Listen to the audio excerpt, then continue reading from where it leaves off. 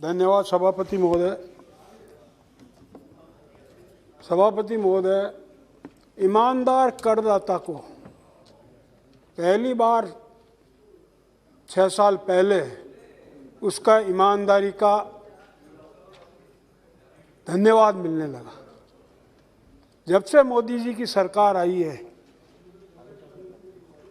जबरदस्ती जो ईमानदार करदाता को हरेसमेंट करते थे, उनकी सेफगार्ड के लिए कानूनी प्रोविजन भी आए हैं और दूसरी कार्रवाई भी हुई है। तो इसके लिए मैं माननीय वित्त मंत्री जी को बहुत बहुत बधाई देता हूँ।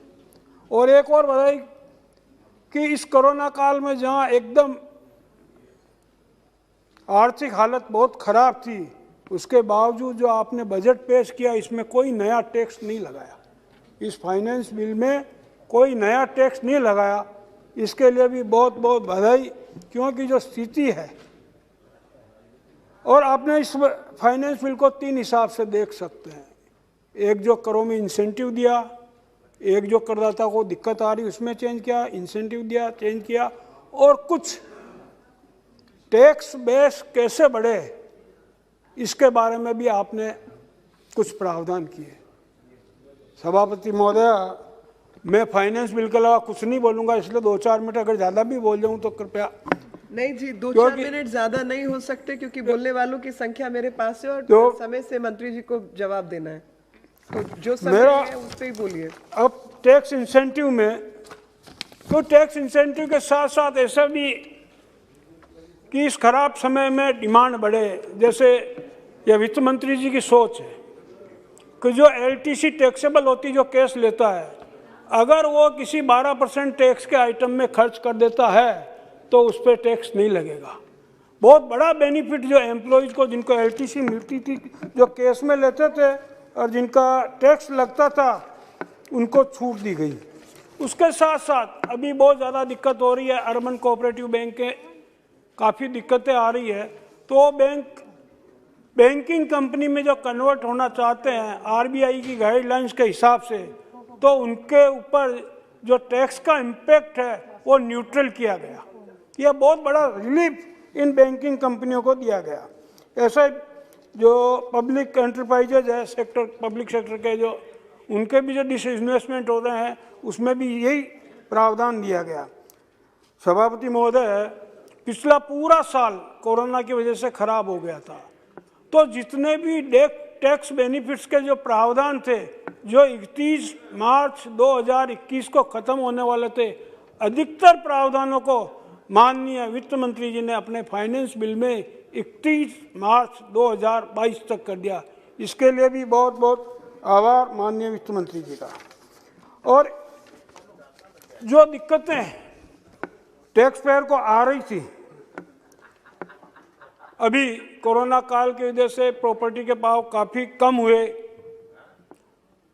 जो मकान का खरीदने वाला 2 करोड़ रुपए के मकान तक का, अब प्रॉपर्टी के भाव तो कम हुए, लेकिन जो सर्किल रेट है, जिसके हिसाब से इनकम टैक्स का असेसमेंट होता है कंपनियों का, वो बेचती भले किसी भी रेट पे हो, लेकिन उसमें जो कंसिडरेशन जो माना जाता है वो वहाँ की सर्किल रेट के हिसाब से माना जाता है। सर्किल रेट, DLC, जो भी वहाँ उसकी भाषा में बोला जाए। तो इसमें अभी प्रावधान लाए गए हैं कि 2 करोड़ तक के जो भी हाउसिंग मकान है, कोई भी अगर खरीद रहा है, बेचने वाले अगर वो जो सर्किल रेट है उससे 20% कम पे भी बेच रहा है, तो उसी 20% कम वाली रेट को माना जाएगा, न कि सर्किल रेट को माना जाएगा। और इसके कारण जो बड़े जो खरीदने वाले हैं, मकान के छोटे छोटे खरीदने वाले, जो बड़े बड़े बेचने वाले हैं, उनको एक बहुत बड़ा कि वास्तव में जिस प्राइस पे वो बेच रहे हैं उसी पे उनका इनकम टैक्स का गणना होगी, न कि सर्किल रेट के हिसाब। तो एक बहुत बड़ा जो है रिलीफ माननीय वित्त मंत्री जी ने इस फाइनेंस बिल में दिया। अभी तो 2 मिनट हुए हैं। आगे मैं एक चीज़ और जो आपको बताना चाहता हूँ, टैक्स बेस बढ़ाने के लिए माननीय वित्त मंत्री जी ने उन सब TDS के लिए जिनके 50,000 रुपये से ज़्यादा TDS कटता है, और अगर वो टैक्स रिटर्न नहीं भरते हैं तो TDS की रेट डबल कर दी। तो यह एक बहुत अच्छा प्रावधान किया है, ताकि कम से कम सब टैक्स तो भरें। एक चीज़ और दो चीज़ें मैं ज़्यादा नहीं बोलूँगा। एक तो मेरे को ये एक्सपोर्ट प्रमोशन काउंसिल उसकी तरफ से कोई आया लेटर, तो मैं आपके माध्यम से वित्त मंत्री जी को दे दूंगा अभी।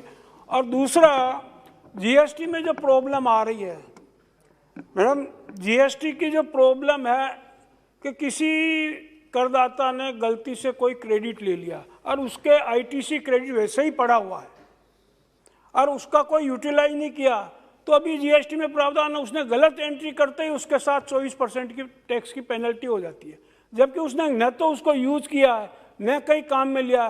तो कम से कम जिसने यूज किया उनके ऊपर पेनल्टी लगे वहाँ तो ठीक है, लेकिन कोई गलती कर दे थोड़ी टेक्निकल गलती की वजह, तो उसको ज़रूर इसमें देखना चाहिए। दूसरा, एक जो अभी आ रहा बार बार पेपर्स में आ रहा, मैं माननीय वित्त मंत्री से भी मिला था कि इन्वर्टेड ड्यूटी स्ट्रक्चर खत्म करने की बात चल रही है कि भाई इनपुट पे और आउटपुट पे सेम ड्यूटी रहे। तो इसमें ख़त्म करने से पहले या नई रेट तय करने से पहले जितने भी इसमें स्टेक होल्डर हैं, जो भी एसोसिएशन है जो भी है, उनसे ज़रूर चर्चा की जाए।